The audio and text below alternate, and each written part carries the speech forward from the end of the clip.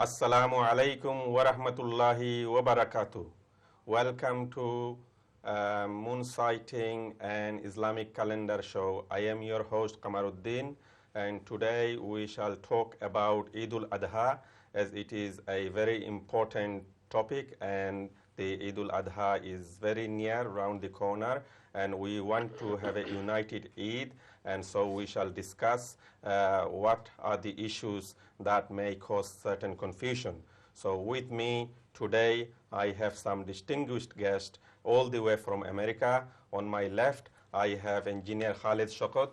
Assalamu alaikum wa rahmatullahi wa barakatuh. Welcome to our show. So Engineer Khalid Shokot is an astronomy expert in this matter. He has been researching the visibility of the moon for past 30 years, and especially through his moonsighting.com website for past 20 years. And he will discuss the technology behind the visibility curves. And next to Khalid Shokot, we have Dr. Salman Sheikh. Assalamu alaikum wa rahmatullahi wa barakatuh. Wa alaikum assalam wa rahmatullahi wa barakatuh. So Dr. Salman Zafar Sheikh, he has been researching this matter as well, and has spent some times in Saudi Arabia studying the moon sighting processes there, and he is the coordinator of Hilal sighting of North America, hilalsighting.com, and hilalsighting.org.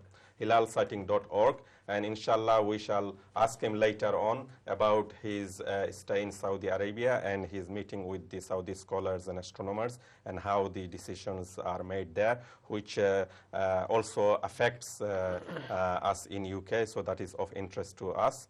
And then we have our Sheikh Suleiman Ghani. Assalamu alaikum wa rahmatullahi wa barakatuh. As you are at a distance. Wa alaikum assalam wa rahmatullahi wa barakatuh. And alhamdulillah, most viewers are aware of our Sheikh Suleiman Ghani. He is the Imam of Tooting Mosque here in London, and he is organizing a special program tomorrow, a moon sighting conference at Islamic Center of Tooting. So you are all invited, inshallah ta'ala. So before we go into the discussions, I'd like to remind you that today is Saturday, 30th of October 2010, in case you are watching this program at a later time. And inshallah, we will invite your comments and questions on the second part of the show, but in the first part of the show, we will try to explain certain basic points regarding the subject matter. However, you are welcome to send us email, and I will receive it live in front of me here. So the email is on the screen. Please make a note and send it to us, and we will try to cover as much as possible, but please make it very brief, to the point, so we don't spend too much airtime trying to scan a lot of text. And so before we go over to our distinguished guests to discuss the various issues relating to Eid-ul Adha, Iqra TV would like to show you a short documentary on the phases of the moon. So after what? Inshallah, let's watch this documentary. Jazakallah khair. Thank you very much. For centuries, man has been intrigued by the moon's changing face. Sometimes it's high in the sky. Some nights it's a sliver. And other times, it disappears completely. But this cycle becomes predictable as the moon's phases repeat every month. The Sumerians, Chinese, and Babylonians depended on the moon's cycle to determine their days, months, and years. And the moon's phases still mark the beginnings of Jewish and Muslim holidays. So what causes the moon to have phases? And why is its cycle consistent? Phases represent the illuminated portion of the moon that we see from Earth. As the moon begins to orbit Earth, the sun's light reflects off the moon, causing a different portion to glow.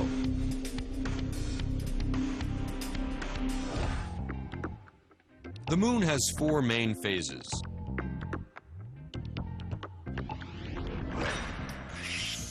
New, first quarter, full, and last quarter. It takes about 1 week for the moon to change from one of these phases to another. In between, the moon is either a crescent, which means it's less than half full, or gibbous, which is more than half full. When the moon appears to be growing, we say that it is waxing. If it appears to be getting smaller, it is waning. During a full moon, if the moon, earth, and sun align, and the moon passes through the earth's shadow, a lunar eclipse will occur.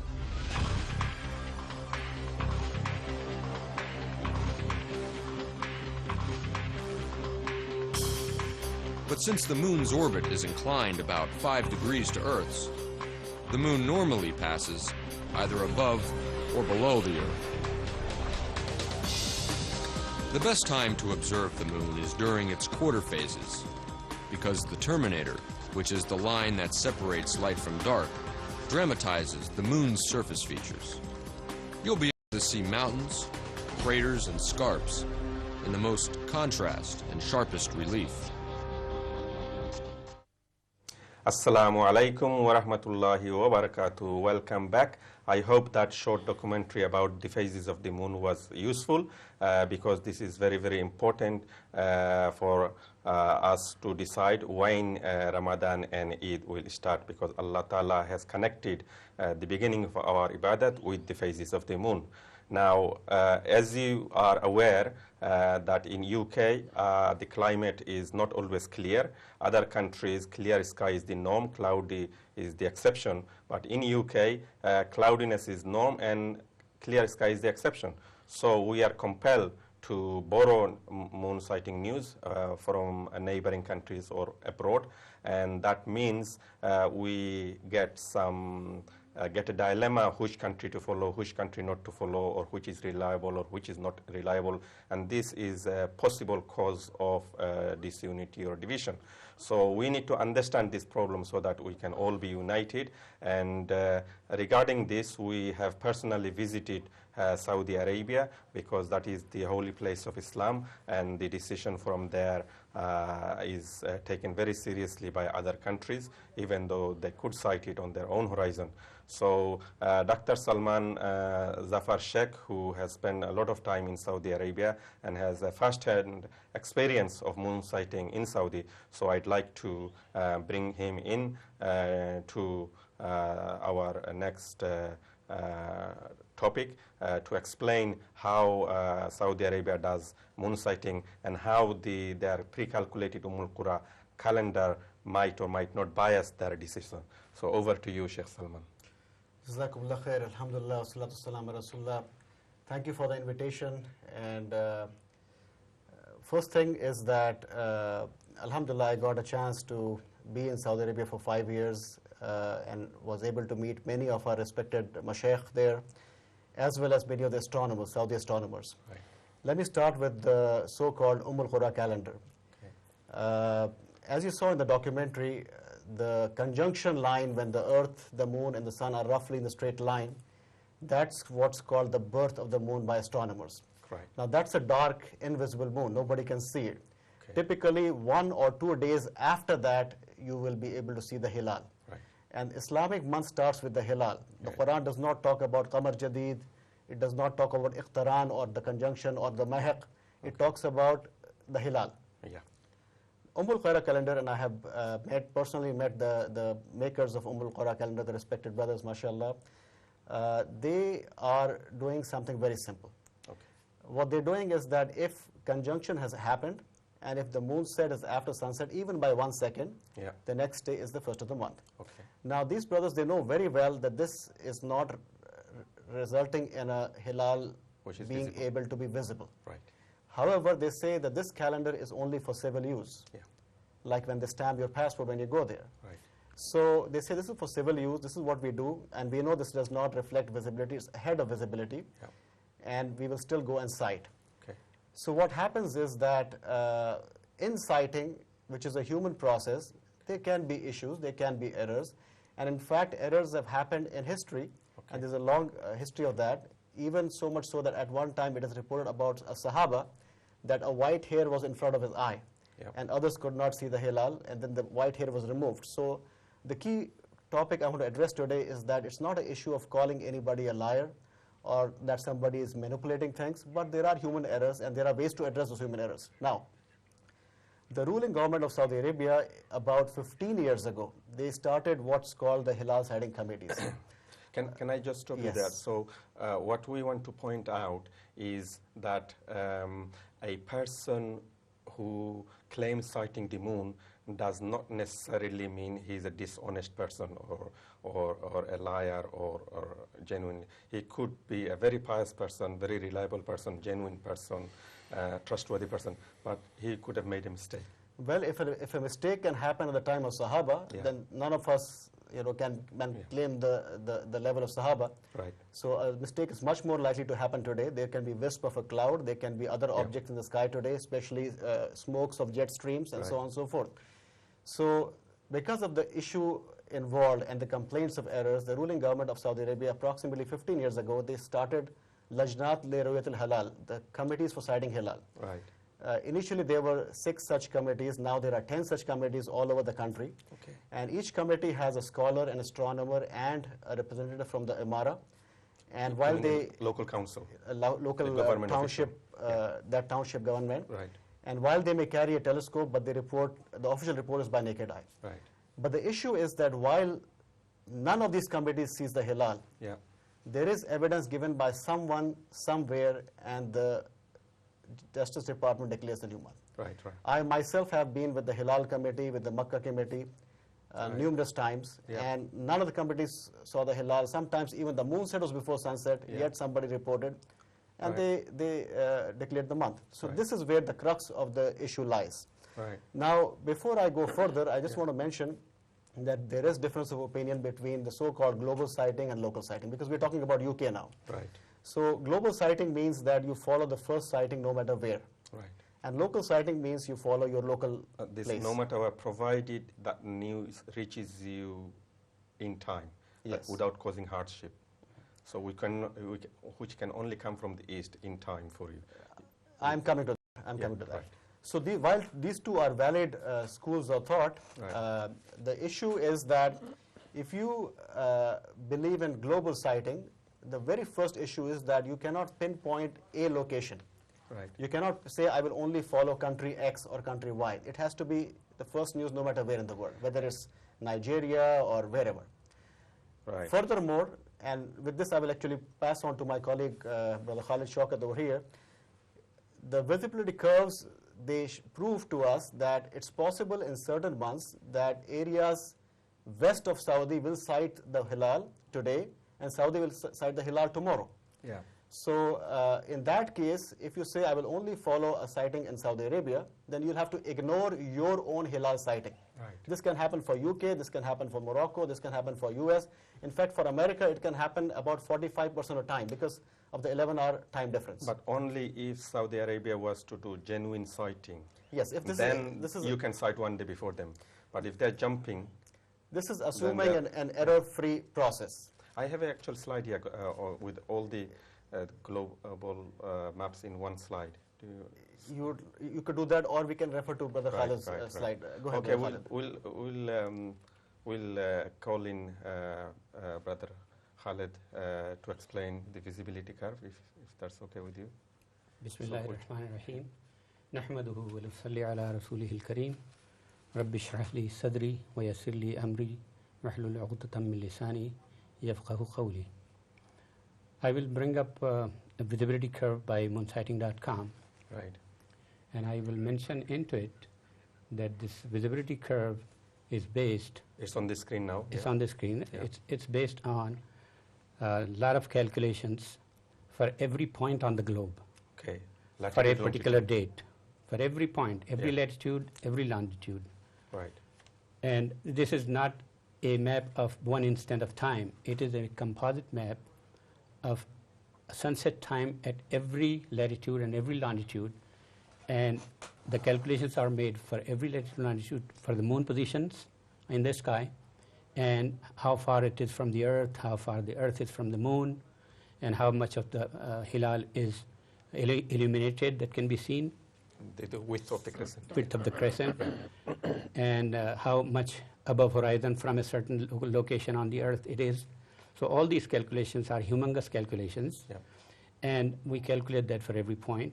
And these visibility curves are developed, as you can see on the map, that there are 4 different colors, and it signifies is that these visibility curves are a result of actual observations collected from the last 150 years. That's very important because some people think this is just made up by astronomers. Yes. But it's based on It's actual based observation. on actual observations Yeah. from different locations on Earth, Yeah. collected for over a period of 150 years. Okay. And we have collected almost more than 1,000 observations and non-observations. Right. And that by looking at those and the parameters calculated in those situations, Yeah. we came up with this map that where the moon's position and its altitude and its illumination Yeah. would be such that it can be sightable, Yeah. and where it can be such that it cannot be sighted. So these 4 curves define you that if the areas are shown in green curve, then it means in those areas it can be seen very easily. If the area shown is a blue curve, then it means it is possible to be seen under the very good atmospheric conditions, perfect conditions. Yeah. And I'm not talking about clouds or rain. I'm talking about perfect conditions of Seeing. the pressure, temperature, and humidity conditions. So in some conditions of these pressure, temperature, and humidity, it can be seen, and in different combination of these parameters, it cannot be seen. So that area is a blue curve. Then we have the gray curve, gray area, where it can be very difficultly seen by some expert expert sighters, and with the help of some binoculars. And then we have a red color where it can only be seen by high-powered telescopes, and naked eye cannot see it at all. And then the areas that are black, moon cannot be seen in those areas. Yes, so you're referring to the, can you explain the moonsighting.com visibility map they showed a bit earlier on? Maybe they can bring this up again. So these colors. Yes, we can bring up the Zulhijja. Okay, so slide number 8, we will now explain the visibility curve for Zulhijja. Right. On this curve, you can see that the areas that were shown in green in the previous slides are differently colored here for this particular month. The most left curve, which is orange, or little reddish orange, is the area where it can be seen by naked eye. Okay. And the most right curve is like a yellow here shown, which is equivalent to the red curve shown in the previous slide, that the moon can only be seen by expert in the observatories and telescope only. And the other areas shown on the Zulhijja slide are those where moon cannot be seen. So in this particular case, you can see that the moon cannot be seen in Saudi Arabia, it cannot be seen in Europe, it cannot be seen in North America. It can possibly be seen in Polynesian islands only with the naked eye. So that would be the situation for November 6. This particular curve is for November 6. So can I, what is the possibility of the sighting of the moon, say, in Saudi Arabia on 6th November after sunset? That's what I explained. It is very clear from this slide that the moon cannot be seen in Saudi Arabia. It cannot be seen in Europe. But according to Qura calendar calculation, it's 5 minutes, although the altitude is 0.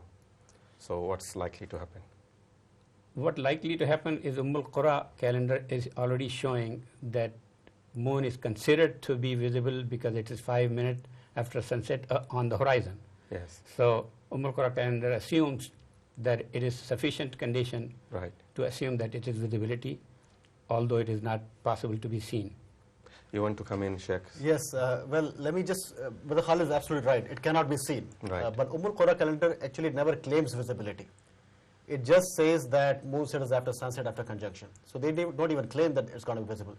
Now, the point I was making was, which was made very, very clear by the wonderful picture that Brother Khalid showed, is that if that visibility curve lies between Saudi and, let's say, UK, or between Saudi and America, then America or UK will see the hilal one date before Saudi.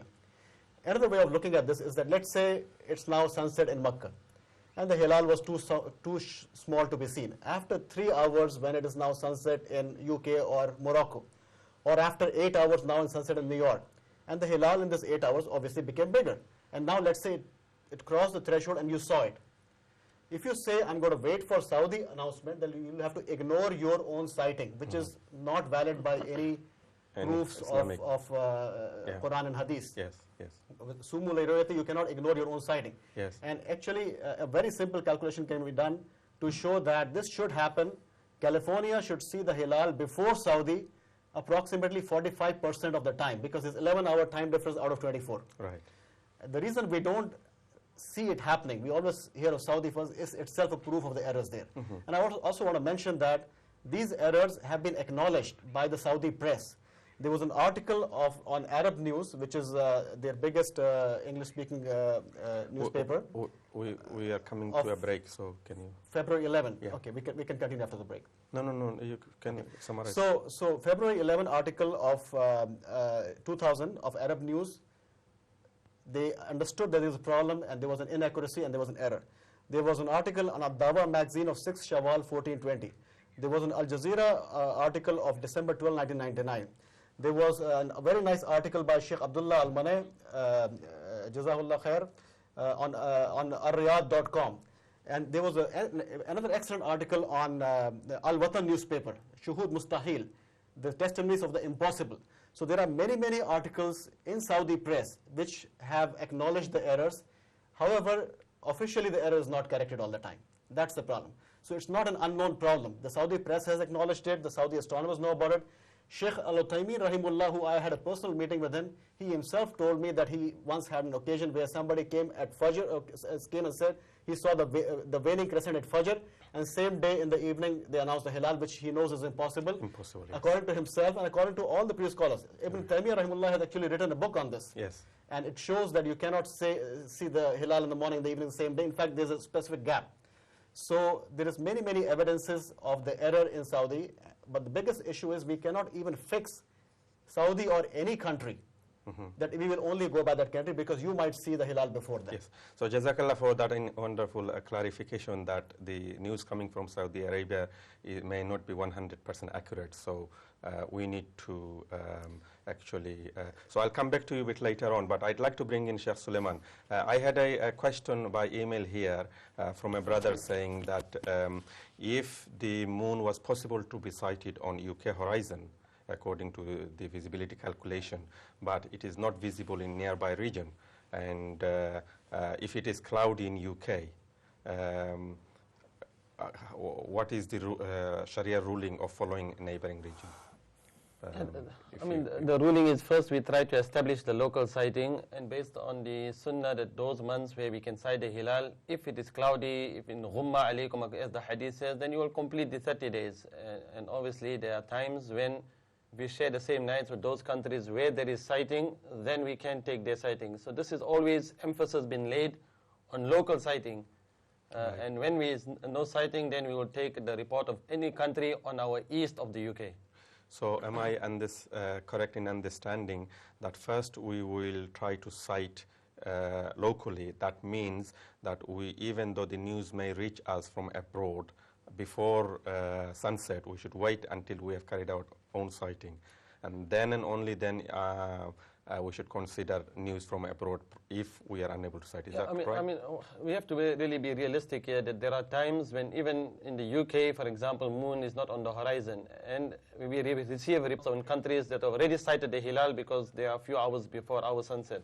So should we take the sighting? We say, yes, we will accept their sighting, provided that we have also done our observation after the sunset in our local, meaning we lay emphasis to continue the sunnah, because the time will come when we will able to see the hilal before other countries. So we have to really maintain that And it's also important to report the negative sightings, because people have claimed sightings here in the UK when moon had set before sunset, and that really goes to say the importance of doing the observations every month, even though we have the knowledge it is not on our horizon. Yes, Jazakallah. So we want to encourage people in UK to go out on the 29th day of every lunar month and observe the western horizon after sunset, and then report sighting or non-sighting. And this will be within the sunnah practice of Rasulullah sallallahu alaihi wasallam. Am I right? Yes, you are absolutely right in saying that, to report positive sighting as well as to report the negative sighting. Right. And also, just like how our brother Dr. Salman mentioned, Right. that if there was error being mentioned in the time of like the Sahaba Anas ibn Malik radiallahu anhu, that eye was over his eye, the eyebrow, the Yeah. white hair, and he first claimed a sighting, and when that white hair was removed from his eye, the hilal disappeared. Yes. And that is really happening in large numbers in today's Yes, time, yes. and we want to reduce the errors. Yes. In fact, I can add a comment to that, when we look on the internet about the light pollution maps, and we see that so much junk in the sky, in the satellites and things like that going around. So it is more possible for people to make mistake now than they were possible before. And if people in the past made mistake, then it is even more possible now. Anyway, we're coming very close to a break. So in this part, we have discussed the moon sighting in general, and when is Eid-ul Adha is likely to be. So in the next half after the break, inshallah, we'll take some viewer questions. So until then, assalamu alaikum wa rahmatullahi wa barakatuh. See you shortly. Don't go too far away.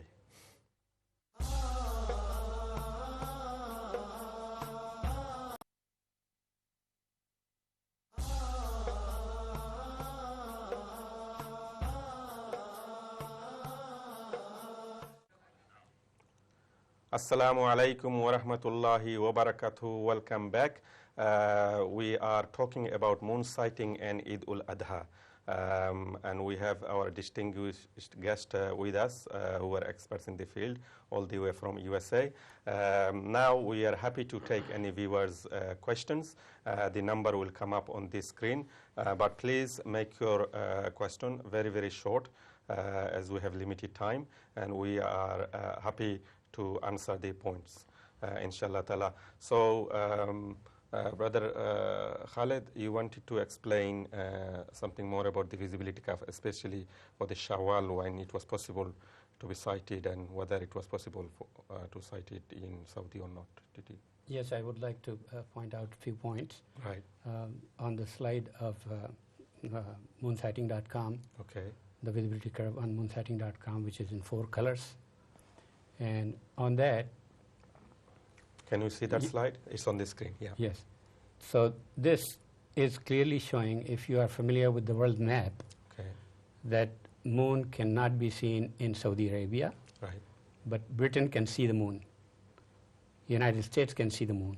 So it is very possible in certain months that it is absolutely not possible in Saudi Arabia, and Britain and USA may see it very easily.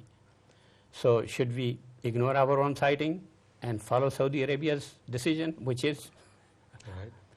if they follow the correct process, then their sighting would come a day later. Right. So should we ignore our sighting? No, we shouldn't. We cannot. That's against the Quran and Sunnah.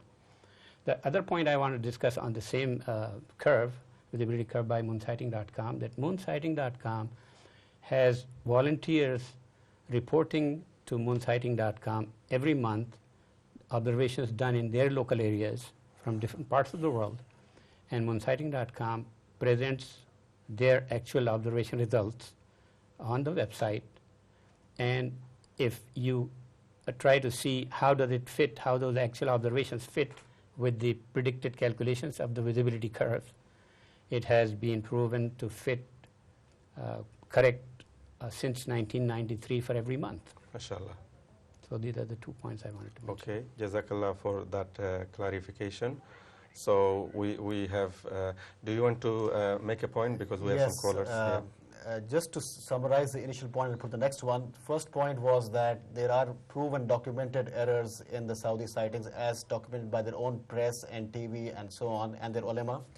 Secondly, even if they were correct all the time, even if they were most accurate, as Brother Khalid said, we can sight before them. So we still have to do our own sighting, and we cannot say we will only wait for Saudi, because then you'll have to ignore your own sighting.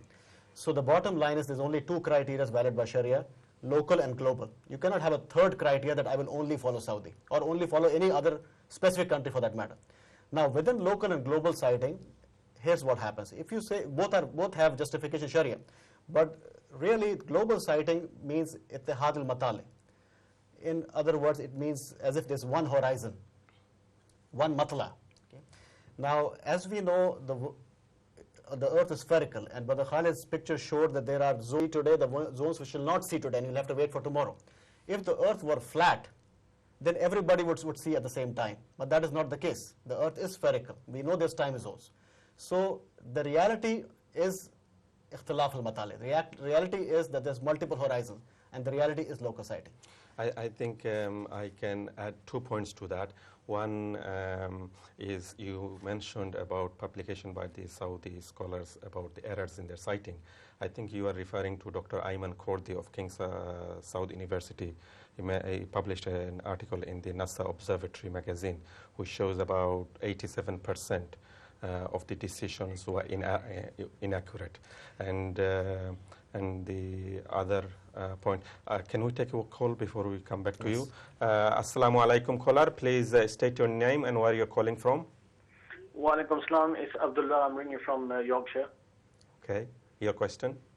Brother, assalamu alaikum wa rahmatullah to all the panel. I've just come in and I just turned the TV on and started watching, and I'm just listening. And I'm just getting a little bit confused.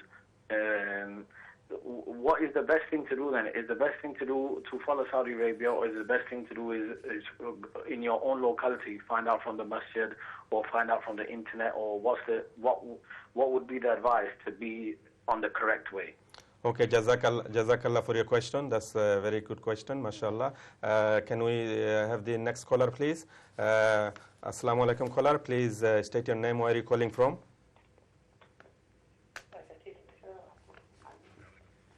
Assalamu alaikum, who are you calling from? Sorry, is this me? Hello? Yeah. Assalamu alaikum. My name's Imran. I'm phoning from Batley. Right. Brother Kamaruddin and I have had several discussions in the past. And unfortunately, Brother Kamaruddin has not been able to answer any of my questions. So I'm hoping. I just wanted to know what the position of astronomy is within Islam. And secondly, why the open hostilities towards Saudi Arabia, where the majority of the Islamic scholars residing in England. Jazakallah khair, Brother Imran, for your question. Inshallah, we will put your question to our panels. So the first question from the caller was that if we cannot take citing news from abroad because they are found to be unreliable, what is the solution? What should we do? Where can we go? Yeah, let me answer sorry. Okay. No, let me answer the first question, also the second part of the second question. Okay. First of all, I was saying because the earth is spherical, so it is ikhtilaf al-batali. Local sighting is the right thing. Furthermore, you cannot implement global sighting. Why? Because let's say the hilal was first sighted in UK, or let's say Morocco. If you go east of Morocco, in Saudi, it's already late in the evening. If you go to Indonesia, it's already well into the night. If you go to Japan, they already started the fast. How can they follow Morocco? So global sighting is impossible to implement. Global sighting is impossible to implement. Second thing is that the fatwa we are quoting from are from Saudi scholars, like Sheikh al-Thaymin, like Sheikh al-Maneh. So I had personal meeting with Sheikh al-Maneh, and he has shown me fatwas from himself, from Sheikh bin Baz, from Sheikh Ibn Taymiyyah. There's a book, Fatwa Islamiyah, by Sheikh Jibreen, Sheikh bin Baz, and Sheikh al-Thaymin. And it says very clearly, Ru'yatul Hilal fil balad la talzam jamiul bilad bihkamhi. I have this Hilal fatwa. sighting in a country does not obligate all other countries by its following. So Saudi scholars, the top scholars are telling us, do local sighting. Yes. If any viewers wish to have a copy of this fatwa, please send an email to moonsighting@ikrauk.tv. We will give you this fatwa signed by the top scholars in the world, including the Saudi scholars, Sheikh bin Baz, as well as Sheikh Utaymin, and many others. So the other point is why hostility towards Saudi? Why we can't just follow Saudi? Yes, why, it's a great misconception. Really, every person, every day we pray Salah, we all have love for Haramain. So people are confusing the issue about the issue on moon sighting and also the issue of their emotion and love for the place, because the Hujjaj go there, the people want to engage in Ibad. There's no, any person who is doing local sighting, he is emulating and following the teaching of Rasulullah sallallahu alaihi wasallam. So the confusion is, and the issue is really, is it from the Sunnah to take Saudi Arabia as your point of taking your observations, your report, meaning totally relying on the Saudi sighting? That is what the issue is. So what we are saying, it is to clarify that a person who is blindly following, taking that as is not proven anywhere in the Seerah, in the Sunnah, there's no evidence for that, to make that your basis for starting your Islamic months. Every person in any part of the world, wherever he is living in, and also the fatwa is very clear, you start your Islamic month in the country that you're living in according to the sighting of your hilal in that specific location. Jazakallah khair for that. And so there is no hostility towards Saudi Arabia. If the sighting was reliable, then would you accept that? Definitely. That is, Right, there's no hostility, and there's no confusion, because while you are there, you should not even discuss the issue on moon sighting, because they have a qadi, they have a hakim, they have the observatories. So when you are there, you do it al-hajju kama yuhajju nas. Okay. You do your hajj as the people have doing the hajj. You do your fasting according to when they fast and the dates have declared there. Right. And there's no. But the issue is when you are outside Saudi Arabia, in the country that you're living in, that is what the effort has been made. Very quickly, Dr. Salman, you want to come in? Yes, what I want to say is that local sighting is as natural as following the local time for Salah. Right. We don't pray Salatul Fajr by Makkah time. Right. Likewise, because of spherical earth, we have to do local sighting. Okay.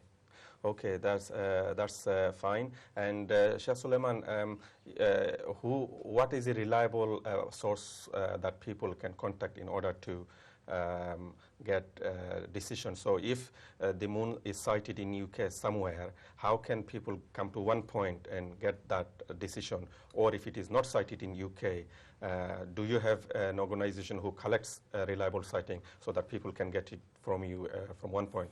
Alhamdulillah, from 2006 onwards, many ulama have come together in the UK in the name of establishing a body called Wifaqul Ulama, and the website is clear, wifaqululama.co.uk. And also we have established, with the help of yourself, Islamic Crescent Observation Project here in the UK, where every month, in every area, people are sending their reports. People are, and also, just like how you do observations here locally, whether it's positive or negative, and really it is quite interesting that you have mentioned that, because there were claims of a sighting here for the day of Eid in the UK when moon set before, so it was not on the horizon, and therefore when people have claimed that they sighted it, it was not possible any in the world, as you have understood here. So that is the reason why every month, if you want to get information, we advise you for the UK to go onto the website of wifaqululama.co.uk and also become a member of ICO UK. Yes, yes. We apologize to our callers for waiting, keeping them waiting on the line. But just before I come to the caller, just let me mention that in UK we have observers throughout the country, and they all report to the Wifaqul Ulama, who collect the news from UK, and then they also have direct contact with the authorities in some foreign countries, not from public or the press or the media, but with the Qadi or the authority from whom they collect the moon sighting news. And after they make the decision, it is published on the internet, so you can go to ICO UK Twitter page or join our mailing list, and we will keep you updated. So let me go to the next caller. Please state your name and where you're calling from, and keep your question brief. Hello, Assalamu alaikum. Assalamu alaikum. Yeah. Yes, caller, go ahead. You're on air. Hello, Assalamu alaikum. My name is Riyad. I'm calling from Dewsbury. Sorry, say your name is? My name is Ilyas. Ilyas. And I'm calling from Dewsbury. Okay. Only question, I think partly you answered my question. Is there any obligation on us Muslims to follow Saudi? I think previous caller's question was answered partly to my satisfaction. Next question is for majority of Sunni Muslim countries, just to say we follow in Saudi, isn't it just lazy thinking and ignoring science altogether? Okay, Jazakallah khair. Do we have another caller online? Assalamu alaikum, caller. Welcome, sir. Your name and your question, please. Where are you calling from? My name is Imran. I'm calling from London. Okay, Brother Imran, go ahead. What it is, I think you've explained the local sighting issue very cogently, the argument behind it and why it is important. I've also read fatwas of Sheikh Uthaymeen where he said people should do local sighting. I think the main issue isn't about local sighting now, it's about the ulama in the UK getting together and having a system in place where they all agree upon. I think so, for instance, you have the Belzi ulama who always do it against the Salafis or the Saudis. Right. The Deobandi ulama always split up. Some go with the Saudis, some will go some other way. You have the Ahlul Hadith, some of them split up. They do the Saudis and not with the Saudis. So my question to you, brothers, is what effort has been made within the ulama circle, or the circle of the ulamas, to get them into one kind of committee on local moon sighting for the UK? Okay, Jazakallah khair. I will come to Sheikh Suleiman in a moment to explain what effort has been made by the ulama of opposing parties to come to a unified criteria, and you can update us on the meeting over the past year between Wayfaq ulama and other authorities. But before that, Dr. Salman has been waiting very patiently to make a comment. One very important point to make is that when I met Sheikh Al-Uthaymeen rahimullah, I specifically asked him about Eid-ul Adha. I said, we know your fatwa, and people say that it applies to other 11 months, but it does not apply to Eid-ul Adha because Eid-ul Adha is with Hajj. And I specifically asked him about Eid-ul Adha, and tomorrow's conference, which is 1 o'clock, by the way, from 1 o'clock to 7 o'clock in Tooting Mosque, I will show the fatwa which Sheikh Al-Uthaymeen has given me in his own writing, inshallah, which says specifically about Eid-ul Adha that all 12 months are the same. There's no difference in any month, and in his opinion, all 12 months should follow local sighting. Furthermore, I want to just mention that Hajj became obligatory in the 9th year of Hijrah, whereas Eid-ul Adha was instituted in the 2nd year. Furthermore, we don't see any evidence in the Seerah that Rasulullah sent messengers between Makkah and Medina, even though the 9 days and 10 nights were enough to send a messenger. We don't see it happening in the time of Khulafa Rashidin. It was not even possible for 1,000 years to send a message in time to Indonesia, for example. How could Allah subhanahu wa ta'ala ask for a synchronization which is not even possible? Okay. So, and then clear fatwas of Sheikh Al-Uthaymeen and others are saying, do your local sighting. So this is on principle. There is no grudges or kind of attack on our respectable, honorable sheikhs in Saudi Arabia. It is on principle, based on Quran and Sunnah, that people should follow the sighting of the moon in their own rules and not to add burden because to wait for... more than that, our respected mashayikh in Saudi are telling us that you should do local sighting even for Eid al-Adha. Yes. So there is no connection between Hajj in Saudi Arabia and Eid al-Adha in UK or Europe or America, because the two are not connected unless you are in Saudi Arabia. Then it is the next day. If you are in Saudi Arabia, then that is local for you. Yes. So then you follow. Otherwise, if you are abroad, the Sharia does not have... before I go to caller, Sheikh Suleiman, can you explain what effort the Wayfaq ulama and others have made to come together and agree? Yes, we have to remember that, alhamdulillah, in the years that have gone by, and great effort had been made. Even if you take London, West London Forum, they had come together, they had united, all of the masajid. So there was first an effort amongst all of the masajid to come together. This is the issue, this is the evidence. Just like how you start the Ramadan, similarly, as I explained, that Eid-ul-Adha can only be celebrated on the 10th of Zulhijja in the country that you are living in. So, and was made compulsory in the 2nd year after Hijrah, so there's no connection. So that is the reason we found that people had agreed, the committee members had agreed, imams had agreed, unity was being established on the criteria on the Sharia. But then We found that afterwards when they go back to the masajid and when the declaration has been made, probably by maybe from the satellite or the channels, they see the information they received, what is happening in another country in Saudi Arabia, automatically the people emotions go high, and then they don't want to listen to what was come together and criterion unity. So Wifaqul Ulama has been established because of that very reason.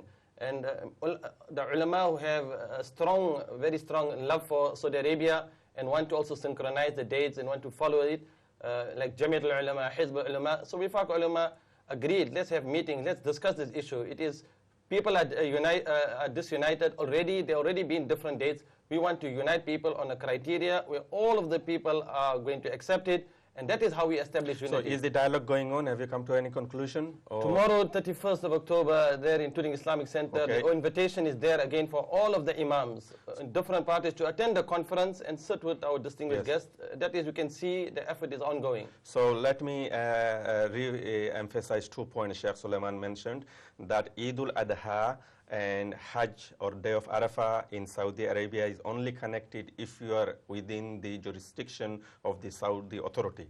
If you are in a foreign country, then there is no connection. Eid-ul Adha is connecting with the sighting of the moon in your own region.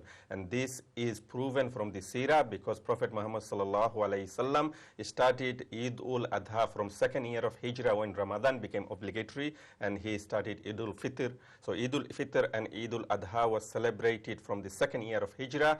Eid-ul Hajj became obligatory in the 9th year of Hijrah, and Prophet sallallahu alaihi wasallam did Hajj in the 10th Hijrah.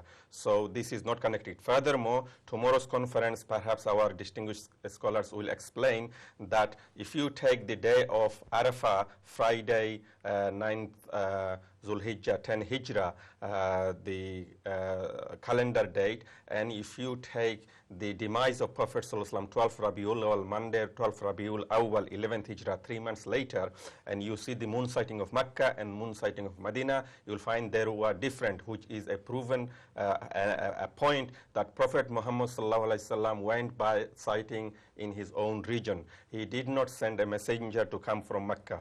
So before, let me take a call, Sheikh Salman. I know you want to make another point. Let's move on to the next caller. Assalamu alaikum, caller. Your name, where are you calling from, and a brief comment or question. Yes, sure. Assalamu alaikum. My name is Abdulaziz. I'm calling from Harrow. The reason for my call is, first of all, assalamu alaikum to everybody over here, is to say that we all know where the difficulties lie, and that is declaration of Saudi Arabia before anybody else that the moon has been sighted. And once this declaration has been made, it makes it almost impossible for anybody else to stand against that and say that we are not going to either celebrate the Eid, or the month hasn't started or ended. So what are these ulama and also the rest of the people doing in order to combat that? And how can we say that in future that what is being declared in Saudi Arabia is also the same as what everybody else understands to be? Jazakallah, brother Abdulaziz. Let me take the next call as well. So, assalamu alaikum, caller. Your name, where are you calling from, and question, please.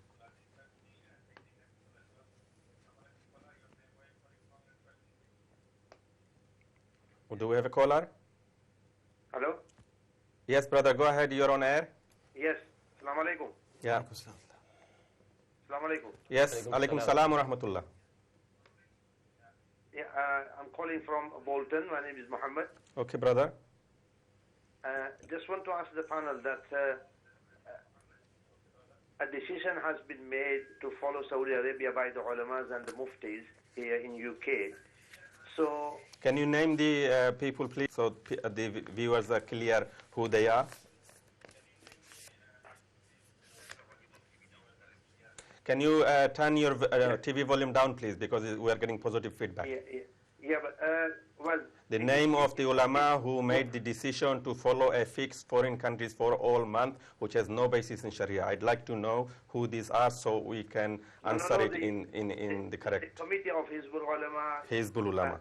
Jamiat Ulama of UK. Yes, and who are Hizbul Ulama? Everybody, the panel knows who Hizbul Ulama is. Okay. And the Jamiat Ulama is a very famous organization in UK. Right. Just made this decision to follow the Saudi Arabia okay. Moon sighting. Fine. So it's up to the ulama to make a decision for the public to follow. So is there not ulamas or muftis who can give a fatwa whether Saudi is right or wrong and give them another decision to follow, which will be easy for a local gullible Muslims? Jazakallah khair, brother Muhammad from Bolton. A very valid question. I will bring Dr. Salman here. Let me put the question. They are both connected. One is that most of the masjid committees are not scholars or scientists, right? But they have the decision, responsibility to provide a united celebration for the community, because they and we all want to do that. So when we are not having an authority decisive, how can we go against that pressure? And perhaps I will ask Brother Khalid Shukr to say how his data can help ease that pressure on them. And secondly, we have some ulama, the brother mentioned, called Hizbul Ulama and Jamiat, who are people who have decided that they're only going to follow Saudi. So why not the ulama make a decision, so the lay people or the committee members who are not scientists or scholars make a decision Brothers, Jazakumullah khair. First of all, one of the purposes of tomorrow's conference is to bring the ulama together, because education and dialogue is the way forward, inshallah. Right. Secondly, if you want unity, there is a very easy solution. And the solution is that those who believe in the Saudi early date can do Eid-ul Adha or Eid-ul Fitr, they can do Eid-ul Adha, they pray Eid on any of the 3 days. 3 days. So even if they believe they're right, their process allows them to pray on their second day, which will be for us the correct day, the first day. So there's a very easy way for unity. Okay, brother, we believe you are not right, but even if you think you are right, you can pray on your second day. We cannot pray on our previous day, one day before. Secondly, a very important point is that this is not a new problem. This problem has been there for centuries, and ulama have solved the problem by an issue called Jamme Ghafir. Okay. The one hadith in which Prophet Muhammad ﷺ, he accepted the shahada of one person. The hadith starts with the words that it was cloudy in Medina. Based on this, many fuqaha have said that if the sky is not cloudy, if it is clear, then don't go by the citing of only 1 or 2 people. Ask for what's called a Jamme Ghafir, or a large number, because a large number cannot make a mistake. And we know mistakes were made even by a Sahaba like Anas radhiyallahu anhu. So who are we? Right. So, for example, what about the committees? I'm coming to that. So we have to make a Hilal setting committee, but I'm just giving you some historical example. We are coming to Imam Abu Yusuf, he wanted 50 shahada in Baghdad. Imam Muhammad required a group from each masjid. Imam Khalid bin Ayyub, he wanted 500 people to give shahada in Balkh. Brother so there is Salman, history of this, inshallah, and that is the solution, is group citing and Hilal setting committees rather than accepting the shahada of 1 or 2 Z people. Yes, this is a very, very important issue. It needs detailed discussion, and we need a whole day's conference. And we have a lot of callers who try to come through, and we sincerely apologize to all our callers who could not get through to our panel today. But you will have the opportunity tomorrow, inshallah ta'ala, and this program will also be repeated a few times. Tomorrow at 3 p.m., I'm told by the control room, you will be able to see the repeat of this program on Sunday, 3 p.m. again on Iqra channel. A last word from Sheikh Suleiman. Yeah, very simple. We've got to replace Hilal fighting with Hilal sighting. Right. And inshallah, we have to also try to establish unity based on the criteria for unity has to be based on evidence, and not just for the sake of unity. And really, we have to make it very point clear that for those who want to establish this criteria of celebrating Eid-ul Adha, that point with regard to this issue here, South Africa, Hilal is going to be on the horizon for 39 minutes. So there will be 5 minutes, but will it be cited there? Jazakallah khair. Jazakallah khair. I know we can go on for a long time, but dear viewers, unfortunately, we have come to the end of the show. We really, really thank you from the bottom of our heart for trying to call in and joining our discussion. And we thank our honorable guest all the way from USA who made it possible to make this show reality. And until next time, next year, please keep watching Iqra TV and keep doing moon sighting every month of the year and report to us. Jazakallah khair. Assalamu alaikum wa rahmatullahi wa barakatuh.